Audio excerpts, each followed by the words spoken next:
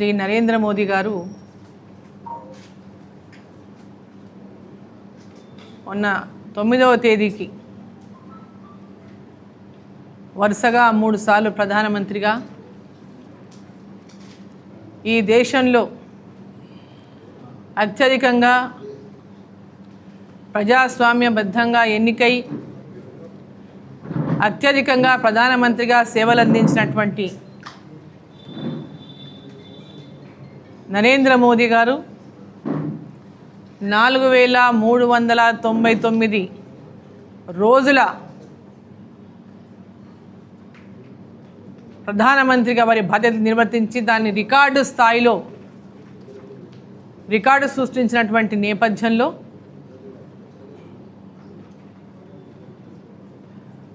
దేశవ్యాప్తంగా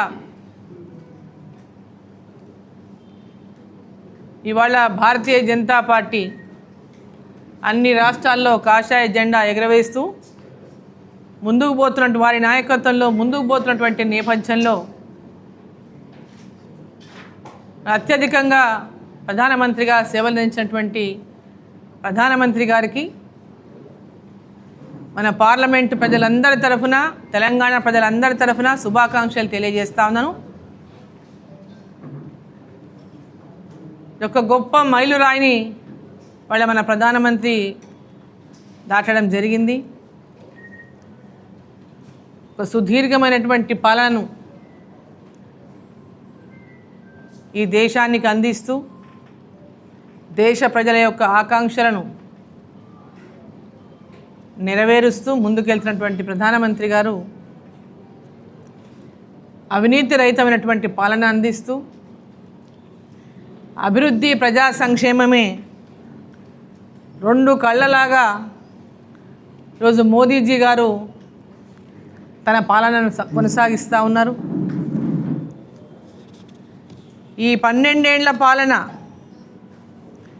దేశంలో సరికొత్త పుంతలు తొక్కింది అని చెప్పడంలో ఎలాంటి అనుమానం లేదనే విషయాన్ని ఈ సందర్భంగా నేను తెలియజేస్తూ ఉన్నాను. గతంలో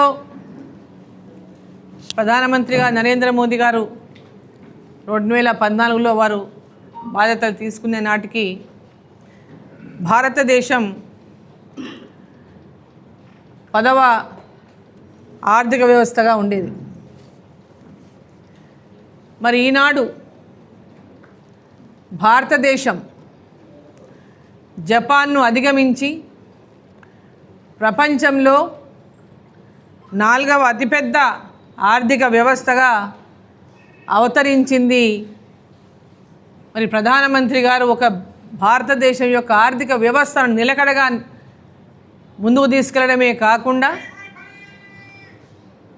అనుకున్న లక్ష్యాన్ని సాధించడానికి అడుగులు ముందు వేస్తున్న విషయాన్ని ఈ సందర్భంగా మనమందరం కూడా గుర్తించాలని చెప్పి నేను తెలియజేస్తూ ఉన్నాను. మన దేశ జీడిపి కూడా ప్రధానమంత్రిగా వారి బాధ్యతలు తీసుకున్న నాడు $2.1 ట్రిలియన్ ఉంటే ఇవాళ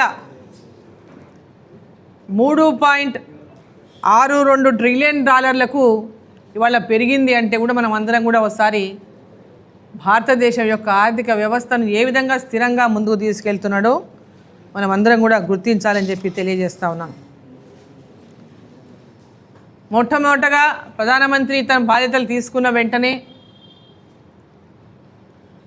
స్వచ్ఛ భారత్, అదేవిధంగా జన్ధన్ యోజన, స్వచ్ఛ భారత్ కింద ప్రతి గ్రామీణ ప్రాంతాల్లో పేదవారికి ముఖ్యంగా మహిళలకు ఆత్మ గౌరవాన్ని పెంచే విధంగా ప్రతి ఒక్కరికి కూడా టాయిలెట్ల నిర్మాణం చేపించినటువంటి విషయాన్ని మనం అందరం కూడా గత ఎంతో కాలంగా చూస్తూ ఉన్నాం. ప్రధాన జన్ధన్ యోజన కింద 2014 ఆగస్టు 28న ఈ జన్ధన్ యోజన ప్రారంభమైంది. 58.2 కోట్ల మంది జన్ధన్ ఖాతాలని ఓపెన్ చేయించి బ్యాంకింగ్లో జీరో అకౌంట్తో వారందరి యొక్క అకౌంట్లను ఓపెన్ చేయించి మరి ఒక బ్యాంకింగ్ విధానానికే విప్లవానికి నాంది పలికిందని చెప్పి ఈ సందర్భాన్ని నేను తెలియజేస్తా ఉన్నాను. దీంట్లో 58.2 కోట్లలో 32 కోట్ల మంది మహిళలే ఈరోజు జన్ధన్ ఖాతాలను ప్రారంభం చేశారు. అదేవిధంగా ఈ జన్ధన్ ఖాతాలు డైరెక్ట్ బెనిఫిట్ ట్రాన్స్ఫర్ కింద ప్రత్యక్షంగా సబ్సిడీ పథకాల ద్వారా లక్షల కోట్ల రూపాయలు లబ్ధిదారులకు చేరినటువంటి విషయాన్ని కూడా ఈ సందర్భంగా నేను తెలియజేస్తా ఉన్నాను. 2025 నాటికే కనుక చూసుకుంటే యూపీఐ ద్వారా 228.3 బిలియన్ల లావాదేవీలను నిర్వహించిన విషయాన్ని కూడా ఈ సందర్భంగా మీడియా మిత్రులందరూ మరి మీ అందరి యొక్క సమాచారం కోసం కూడా ఇది ప్రజలకు తీసుకెళ్లే విధంగా మీకు అందరికీ నేను మీ దృష్టికి తీసుకొస్తున్నా. మామునార్ జిల్లా చుట్టూ విస్తరిస్తున్నటువంటి రోడ్లే కానీ నేషనల్ హైవేస్ మనం ఇవాళ చూస్తూ ఉన్నాం. గత 2 సంవత్సరాల నుంచి పెద్ద ఎత్తున ఈ రోడ్ల నిర్మాణం జరుగుతుంది. ఎటు చూసినా నేషనల్ హైవేస్ నిర్మాణం జరుగుతుంది. రింగ్ రోడ్లు, నేషనల్ హైవేసు, మొన్న గుడబల్లూరు నుంచి ప్రారంభమైన శాంక్షన్ అయిన కొత్త రోడ్డు కానీ, మామునార్ శాంక్షన్ అయిన కొత్త రోడ్డే కానివ్వండి, ఇంకా నూతనంగా శాంక్షను సిద్ధంగా ఉన్నటువంటి మన బైపాస్లే కానివ్వండి. సో ఈరోజు ఈ రోడ్ల నిర్మాణంలో మన కేవలం నేషనల్ హైవేసే కాకుండా ప్రధానమంత్రి గ్రామీణ సడక్ యోజన కానివ్వండి, సిఆర్ఎఫ్ కింద ఉన్న సింగిల్ రోడ్ డబుల్ రోడ్లు చేయడంలోనే కానివ్వండి, కేంద్ర ప్రభుత్వం ఇస్తున్నటువంటి అనేక నిధులు ఈరోజు మన జిల్లాలో పనులు కొన్ని ప్రారంభమైనవి, ఇంకా ప్రారంభానికి కొన్ని నోచుకోలేదు, టెండర్ దశలో ఉన్నాయి.